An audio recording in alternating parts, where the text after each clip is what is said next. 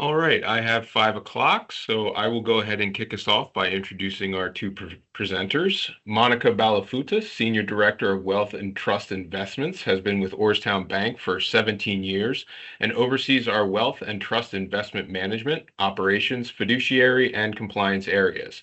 Andrew Raith, Wealth and Trust Portfolio Manager, has 15 years of industry experience and oversees investment strategy and client portfolios. Both Andy and Monica have obtained certifications in the investment and financial industry, most notably the Chartered Financial Analyst Designation, or CFA. So I'll go ahead and kick things over to Monica and Andy. Okay, thank you, Chris. So just a little bit about Orrstown Bank's Wealth Management Group. We do have approximately 50 employees who have been helping clients plan, manage, and meet their financial dreams for almost 4 decades now. So our teams of experienced professionals are located across our footprint in Maryland and Pennsylvania. However, we do service clients across the United States through all stages of their life, whether they're just entering into the workforce or if they're heading into retirement or planning for their estate. Just a few things that we offer here, some examples. So financial planning certainly is one of the large things that we offer, as well as investment management for individuals, businesses, and institutions. So many of our local organizations and nonprofits. We also offer retirement accounts such as 401k rollovers and IRAs, trust services, estate planning, and settlement. Now, if you've joined us in any of our other webinars, this was a 4-part series, but fear not if you missed a few of them. We are on number 3 here, but they can also be a standalone. So if you're just joining us here for the first time today, you shouldn't feel lost. You'll be able to catch right up with us. In the first webinar, we did cover these first 2 columns. So we went through financial habits and savings and investing. And then last time we went through financial planning. Now, today we're going to dive into retirement planning, which is a piece of financial planning. And then in a week from now, we'll dive into the legacy and estate planning. Again, all part of financial planning, but we're just diving into kind of these bigger sections here. So for today in retirement planning, we're not only going to discuss the financial preparedness or readiness for retirement, but also the mental and emotional readiness. We're going to go over income and withdrawal plans, so the cash flow that you're going to utilize during retirement now that you no longer get a paycheck, as well as investment allocations and different account types we should be using, some tax planning, Social Security timing, and then healthcare and a little bit of long-term care planning as well. So the retirement equation. We can't control everything. While there are some things we can control, some are out of our control, and some we have a little bit of control over. So some of the things that we can control are our asset allocation. So how much do we invest in fixed income? How much do we invest in equities? What type of accounts are we using? So we have control over that. We also have control over how much we're saving and how much we're spending. So these are some of the topics we talked about over the last couple sessions. We'll dive into it a little bit more here again today in terms of retirement. Some of the things that we don't have control over are market returns. Certainly, we had clients who did retire in 2021 when the market was down double digits. Good news for them is that when we do financial planning, we often stress for a market environment like that because it is out of our control. So we want to make sure that we are planning for things that we can't control. Another thing that we can't control is the current tax policy at the time of retirement or during retirement, and benefit policies like healthcare. So while we can't control for those, we talked about some scenario analysis and stressing our financial plans in the last session. Same thing goes here. We want to make sure that we're stressing in case taxes are higher than they are today. We want to make sure that we stress the financial plan in case benefits change or healthcare costs increase. And we'll talk about that here at the end of this. But some control that we have over is longevity. So how long are we going to live? How well are we taking care of our health? And the other thing that we have some control over is our employment earnings.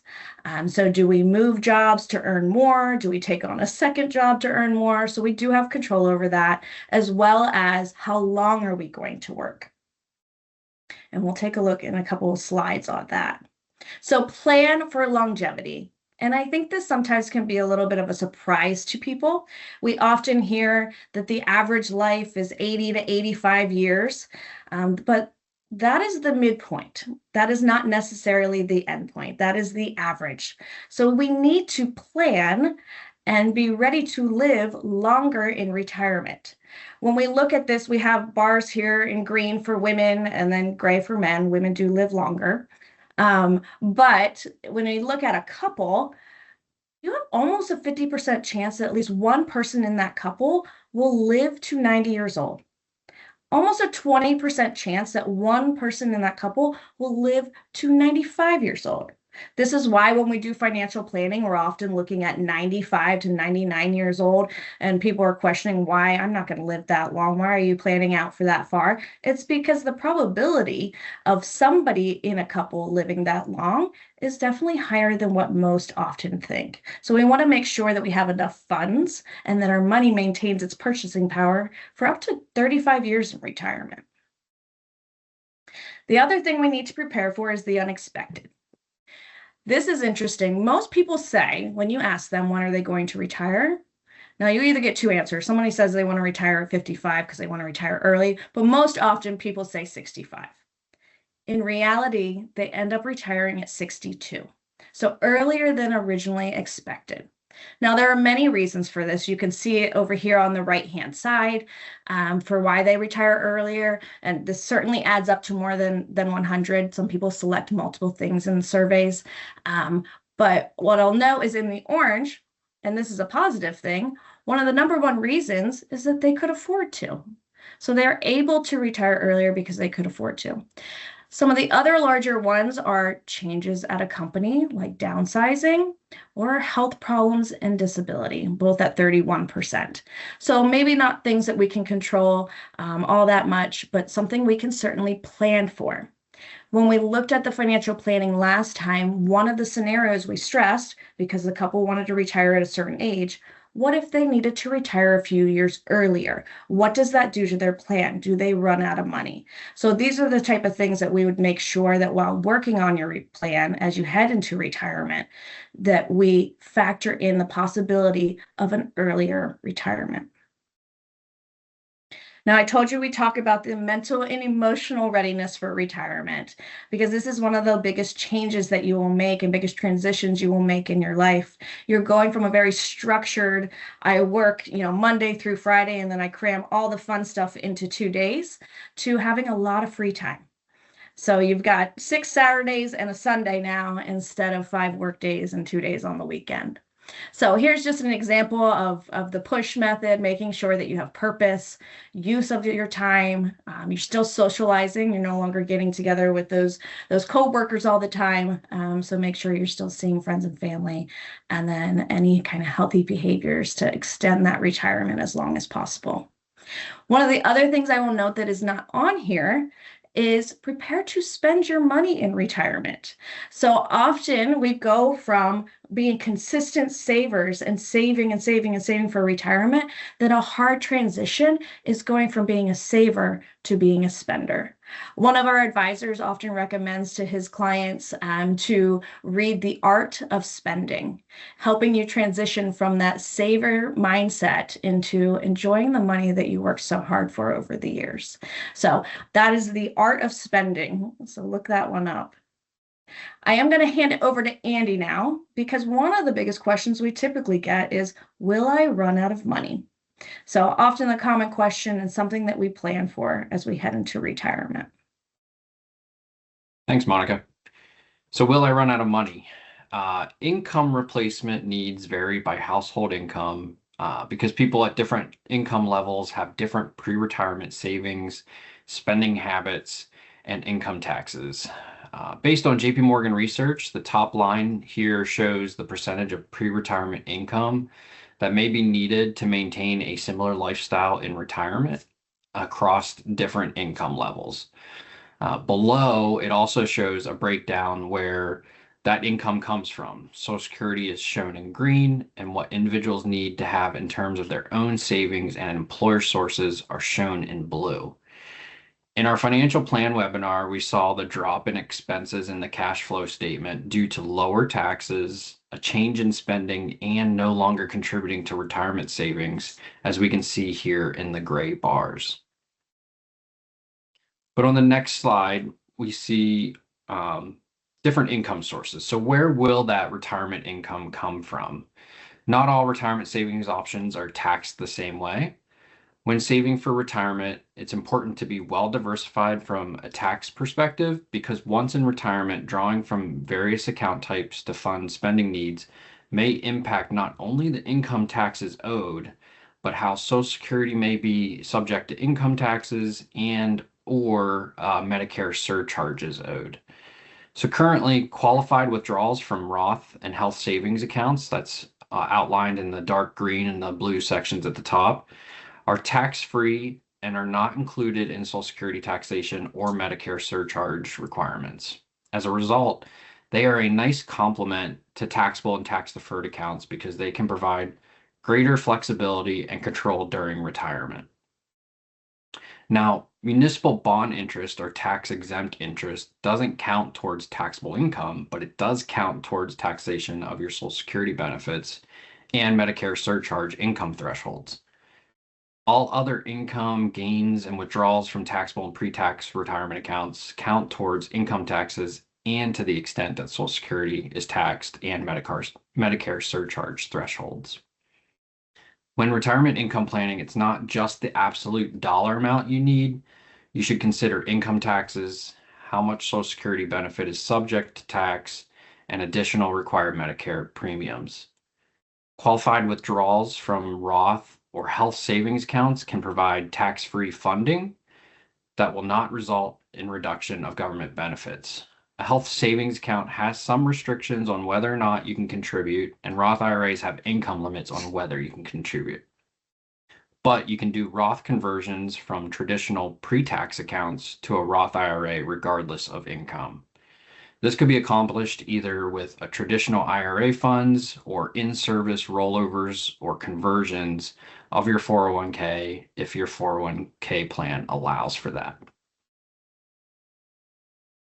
So withdrawal rates. You've probably heard the 4% rule. The 4% rule is the maximum initial withdrawal percentage that has a high likelihood of not running out of money after 30 years. With current life expectancy, a 35-year view is more appropriate, as Monica outlined. Based on long-term capital market assumptions and assuming an 80% confidence level, a 40% equity, 60% bond portfolio, the 4% initial withdrawal rate continues to be a successful level of spending that avoids running out of money before 30 years have passed. This is outlined here in the green line, and that's comparing to a 5% or a 6% withdrawal rate. But the results are highly sensitive to when one decides to retire and market performances they experience. The 4% rule is a helpful rule of thumb to understand the maximum withdrawal rate that has a very high confidence of not running out of money. It is not an efficient withdrawal plan for households that want to use their retirement wealth to support their retirement lifestyle. A low withdrawal rate may unnecessarily restrict spending and lifestyle, while a high withdrawal rate risks failure. It's important to note that failure on this chart means a risk of running out of funds if spending at a certain rate at the beginning of retirement and adjusting for inflation each year. Portfolio allocations with more equity have a lower chance of failure, but one should not necessarily assume that means more equity is always better. More equity may also mean that failures may be greater, so larger adjustments in spending may be required. A well-diversified portfolio with a dynamic withdrawal strategy is typically optimal. Achieving multiple goals with varying time horizons and savings requirements can be challenging if wealth and savings are grouped all together. For greater clarity and control, consider using a goals-based wealth management approach in which assets are invested according to the time horizon of major goals. and the savings required to achieve each goal is determined and managed on an individual basis. This goals-based approach is only successful if there is an emergency reserve big enough to fund spending and income shocks throughout the year. So divide and conquer. Aligning your investment strategy by goal can help you take the different levels of risk based on varying time horizons and make sure you're saving enough to accomplish your goals, not just the ones that occur first. Experiencing market volatility in retirement may result in some people pulling out of the market at the wrong time or not maintaining sufficient equity exposure to combat inflation. As you can see at the bottom half of this chart, the 1-year range of outcomes for equities with a negative 37% chance in any one given year. A longer horizon has minimal downside and more upside compared to other asset classes. Leveraging mental accounting to encourage better behaviors, aligning a retirement portfolio in time-segmented buckets may help maintain a disciplined investment strategy through retirement with an appropriate level of equity exposure. The short-term bucket, invested in cash and cash equivalents, should cover 1 or more years of a household's income gap in retirement. This is your income need minus guaranteed income sources. A cushion amount should also be maintained to cover unexpected expenses. The intermediate term bucket should have a growth component with any current income generated through dividends or interest moved periodically to replenish the short-term bucket. The longer-term portfolio can be a long-term care reserve fund or positioned for legacy planning purposes and pursue a more aggressive investment objective based on the time horizon. Aligning retirement assets based on how they will be used to support your individual retirement lifestyle is one way to ensure a higher degree of confidence throughout retirement. How much in savings or income will I need? Where will that income come from? What is the most efficient withdrawal strategy when it comes to investment impact and taxes? How will market returns impact my investments and my income? Obtaining those answers can be daunting. A financial plan can take the stress out of the guesswork. This graphic is from a hypothetical scenario that we ran with our financial planning software. It runs through 10,000 iterations of market return scenarios and provides a likelihood of success of funding the goals that you set. Our financial professionals can build a plan based on your goals to give you the confidence that you need. The financial plan can help incorporate Social Security benefits and how that fits into your retirement picture, which is our next topic. So when should I start collecting Social Security? The chart on the next page illustrates the timing trade-off for Social Security at various claim ages. The illustration at the top is for those born 1960 or later, and the bottom chart is for older individuals. Delaying benefits results in a much higher benefit amount. For those born 1960 or later, waiting to age 70 results in 24% more in a benefit check than if you had claimed at your full retirement age of 67. Likewise, taking benefits early will permanently lower the benefit amount. At age 62, you would have received only 70% of what you would get if you waited until your full retirement age. Cost of living adjustments will be applied over time, providing an even greater difference between the actual dollar benefits one would receive if you wait to take your benefit. And cost of living adjustments for 2026 benefits was 2.8%, the same as the average cost of living adjustments for the past 40 years. So on the next chart, we can see on the right-hand side the percentages that we just went through. Full retirement age of 67, you're at 100% of your primary insurance amount, the PIA. And then you see that 8% growth rate over the next 3 years that you deferred to age 70. But if you collect prior to age 67, you see a roughly 6% reduction in your benefits compared to your full retirement age. Now, relating that to dollar amount on the left-hand side, age 67 hypothetical benefit of $3,000 a month. If you claim at age 62, that's going to be reduced to $2,100 per month. And then that you cost of living adjustments from there. Compared to if you defer and not claim until age 70, that grows to $3,720. So what's the best way to claim? Maximizing Social Security benefits. The age at which one claims Social Security affects the amount of the benefit received. Key claiming ages are 62, 67, and 70. Claiming 70 provides the highest amount but delays receipt of the benefit for 8 years. The gray shaded circles represent the ages at which waiting until a later claim age results in a greater cumulative benefit than earlier claim age. This is called the break-even age. The break-even age between taking benefits at age 62 and 67 is 78. And then the difference between collecting at the full retirement age or deferring till 70, that break-even is at age 82. And as Monica mentioned earlier, we want to plan for longevity. If you look at the cumulative table in the lower right-hand corner, you can see if you live till age 80, claiming at 67 is your best bet of cumulative benefits from Social Security compared to claiming at 62 because you're claiming for a few years there more. But if you live till 90, your best bet is to defer until 70 and you get the best benefit at $892,000 over your lifespan. But Social Security is just one variable of retirement planning.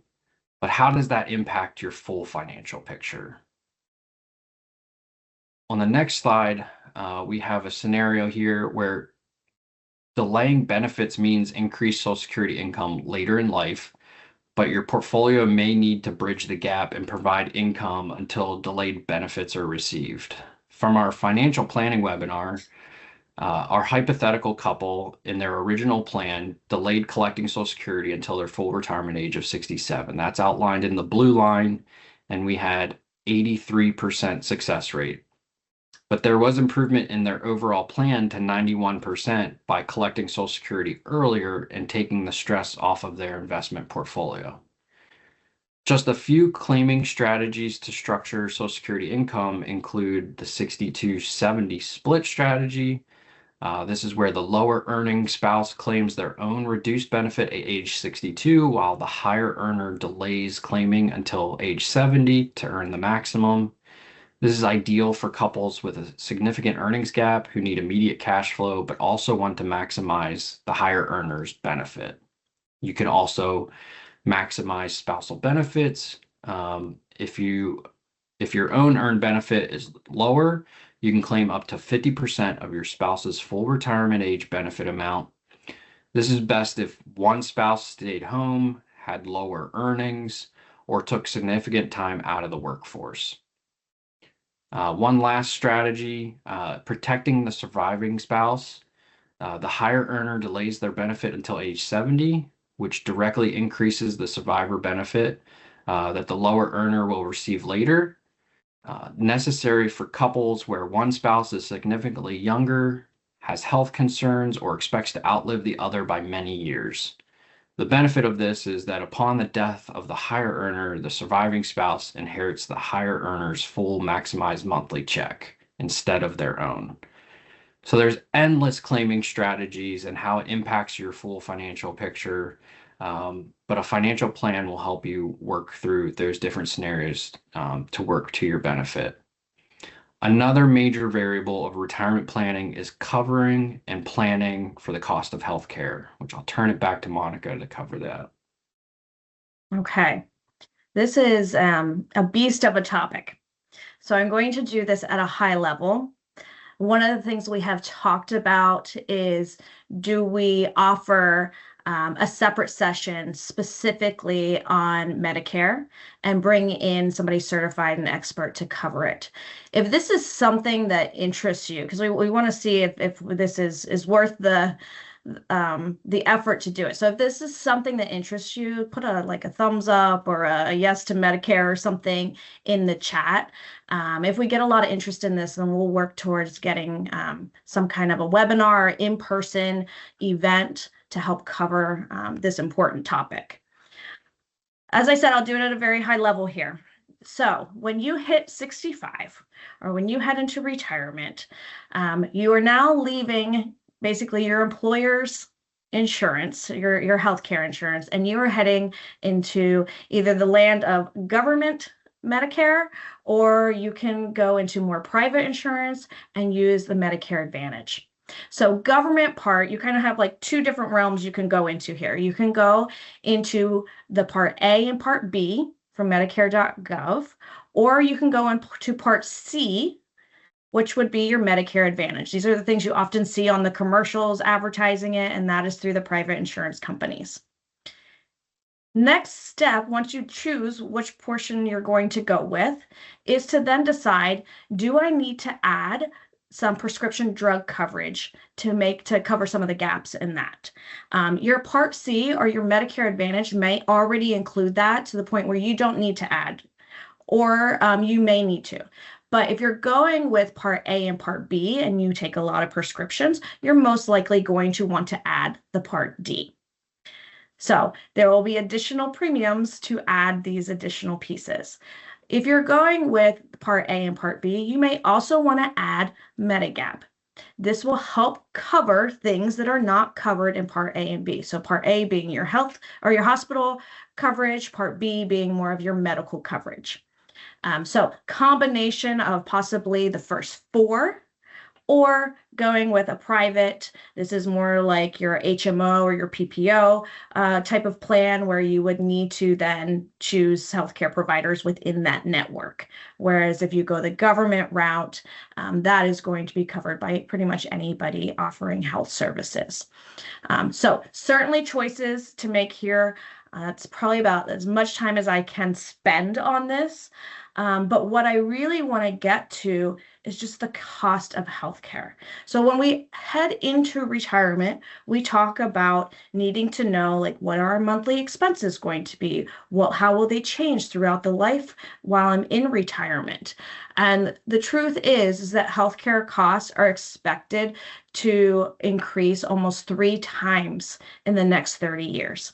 So this example here is showing a little over $600 in a monthly expense for a person if they are using that government Part A, Part B, with the Part D for prescriptions and Plan G for the Medigap, plus other out-of-pocket costs like vision, dental, hearing. So not everyone's expenses are this high, but that's just an example. If you have a lot of medical needs and you need all of those pieces, this is what this can look like. And now expect 3 times that amount by the time you hit age 95. So something that we need to plan for is, how do we cover these costs in retirement? Can I cover them with my existing assets that I have? Do I need to plan accordingly now to be able to afford them later, or maybe I need to work a little bit longer? So all things that we can factor into your plan. The other thing that we need to consider is long-term care needs. Now, most people are going to say, oh, I won't need long-term care, but remember that longevity slide where the average is 80 to 85 years, but the chances of living into your 90s certainly increases. So here, when we look at all people, 55% will never need long-term care, but that means 45% do. And if you're a woman, over 50% of us will need long-term care at some point. So more than 1 in 7 adults will require at least 2 years of paid long-term care. Excuse me. These expenses can really add up. So the question is, how do we pay for these? So 15% of us will need more than $250,000 to cover long-term care costs. We either can have some special savings set aside for that. We can use investment accounts. We can purchase long-term care insurance. We can purchase life insurance with the long-term care rider. Those tend to be expensive. So either way, we need to figure out how we're going to pay for some of this. One of the solutions that we can utilize, if you are eligible, is an HSA. So Andy mentioned the HSA earlier when we were looking at different accounts and the tax advantage accounts, and this is a tax advantage account using an HSA. Little caveat is that you need to be in a healthcare plan through your employer that is a high deductible health plan that then can add an HSA to it. If you have that ability, A family can add up to over $8,000 to this on an annual basis. An individual, it's over $4,000. And once you hit age 55, you can add an additional $1,000 for catch up to it as well. So what this graphic is showing us is that from age 50 to 65, if we put the full contribution in, plus the catch-ups once we hit age 55, and we earn money on it, so 7.25%, because we're investing it over this time frame. And we talked about the importance of investing our savings in the first webinar. We can see substantial growth in this over those 15 years. The best part about an HSA is it is triple tax advantage. Money going into the HSA is pre-tax. Growth of the investments in the HSA is not taxed. When you remove money from the HSA to use for qualified medical expenses like long-term care and some of your health premiums and out-of-pocket costs, it is not taxed. So this is money that can grow and never be taxed. This is kind of the ideal situation when we're looking at these healthcare costs that are expected to triple over the next 30 years. So something to consider there. I know we're low on time here. So here's just some action items of where you can get started. One is look at your expenses. Determine what those monthly expenses are going to be. Pay off any high interest debt. Increase your savings. If you're looking to retire in the next few years, try to maximize your savings. Utilize any of those catch-up options in the 401ks or IRAs, and look for options that provide tax advantage like Roths, 401ks, a Roth IRA, or the HSA. And then when it comes to timing, we've got a lot of things we need to think about. When do you want to retire? How long do you expect to live through retirement based off of family history and your own health? And when will you pull that Social Security? And then once we take all that into consideration, we want to make sure we're developing an investment strategy tailored to reach that. And we also will need to begin thinking about estate planning, which we'll go over next time. But all of this can be done through the use of a financial plan to help answer some of these questions. And as always, you don't have to do this alone. This is stuff that we specialize in, the financial planning, the investment management, finding the best tax options to utilize, and then that estate planning. So join us next week as we go through legacy planning. And then don't forget about in June, we do have that bonus webinar on global scams. The fraudsters are out there, so we want to make sure everyone is well aware of what they need to look out for here in 2026 to help protect them. And I do think we are out of time. We ran a little bit late. We covered a lot of information here today. If you had any questions, throw them in the chat. We can get back to you then afterwards and send a response when we send out the webinar. Thank you for joining us.